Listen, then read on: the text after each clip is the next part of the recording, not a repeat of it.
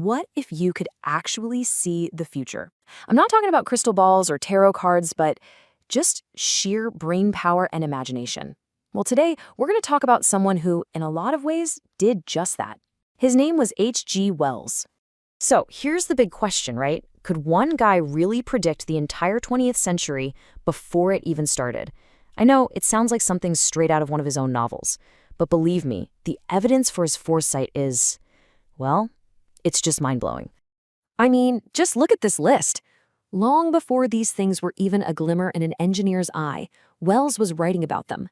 He pictured aircraft and tanks changing the face of warfare. He was writing about traveling to the moon. And get this, in a novel from 1914, he literally used the term atomic bombs.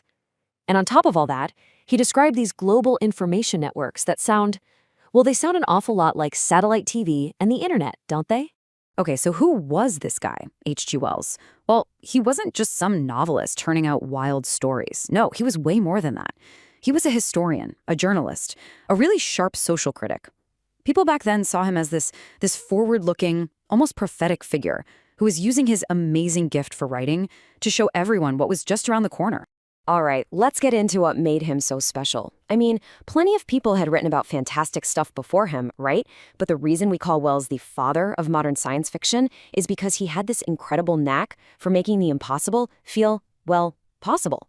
His genius wasn't just what he imagined, it was how he made you believe it.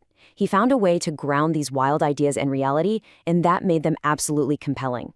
And he had a secret weapon, a little rule that's now called Wells's Law. The idea is actually pretty simple, but it's totally brilliant. Here's how it works. You introduce just one crazy, impossible thing into your story. Say a time machine or a man who can turn invisible. But then, and this is the key, you keep everything else completely, totally normal, as ordinary as possible. And that one little trick is what lets you, the reader, buy into the whole thing. You know, Wells himself called it a magic trick. He said that once you've done that one big, impossible thing, your entire job as a writer is to just keep everything else as human and real as you can. It's that dedication to the what if, that one single change, that makes his stories so different from just pure fantasy. It's what gives them that almost chilling realism. And once he figured out this formula, man, he just exploded creatively. Just think about this for a second. In 4 years, just 4 years, he cranked out 4 of the most important science fiction novels ever written, back to back. He was basically inventing the rulebook for science fiction for the next 100 years. And his visions were so powerful, they've literally jumped off the page and into our world. I mean, look at this. This statue is in Woking, England. That's the town where his alien invasion in the War of the Worlds kicked off. It just goes to show you how deeply his stories have woven themselves into our culture.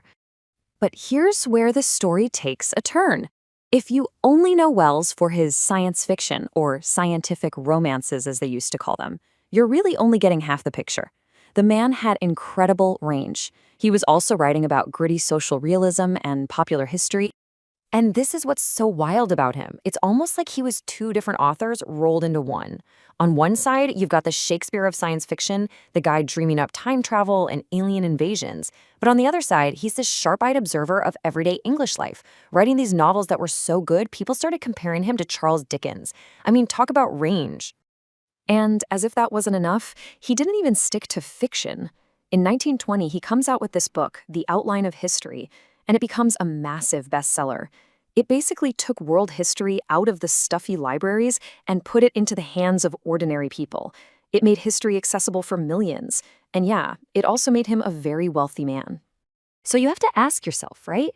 Where does a mind like this come from? How does a kid from a family that was barely scraping by grow up to become this prophet of the future? Well, it turns out that his tough childhood wasn't a setback.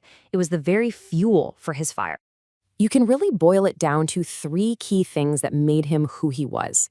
First, as a kid, he breaks his leg. Sounds awful, but it meant he was stuck in bed, and that's when he fell in love with books. Second, he had this absolutely miserable job as an apprentice, working these brutal 13-hour days. That experience gave him a lifelong hatred for the class system.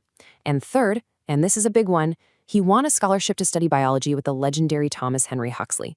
That scientific training gave all his craziest ideas a solid foundation. And that's the journey right there. From Bertie, this young boy from a struggling family, to H.G. Wells, this world-famous author who could seemingly see tomorrow. It's just an incredible story of someone who built himself up, all because he was just endlessly curious about the world and what it was going to be. So why are we still talking about him today? What's the big deal? Well, it's because his legacy isn't just a bunch of dusty old books on a shelf, it's woven into the very world we live in. His ideas didn't just predict the future, sometimes they actually helped create it. Okay, this, for my money, is the most incredible example of his impact. The physicist who first came up with the idea of a nuclear chain reaction, a guy named Leo Szilard, said he was directly inspired by Wells's novel. He said he understood what it would all mean because he had read H.G. Wells. Just let that sink in. A science fiction novel helped inspire the atomic age. That is just unbelievable. And the world definitely took notice of his literary genius. He was nominated for the Nobel Prize in Literature 4 different times. And while he never actually won, just being nominated that many times shows you he wasn't seen as just some sci-fi writer. He was considered one of the literary giants of his time. But maybe the most perfect tribute, the most poetic legacy of all, is this. His name is literally on another world.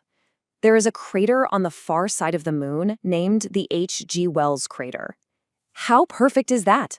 A permanent monument to the man who wrote The First Man in the Moon and was always dreaming about our future out there in the stars. So let's end with this. H.G. Wells's visions helped shape the future he lived to see, which really makes you wonder, doesn't it? What are the big world-shaping ideas floating around right now? And who are the H.G. Wellses of our time, dreaming up the world we're all about to live in?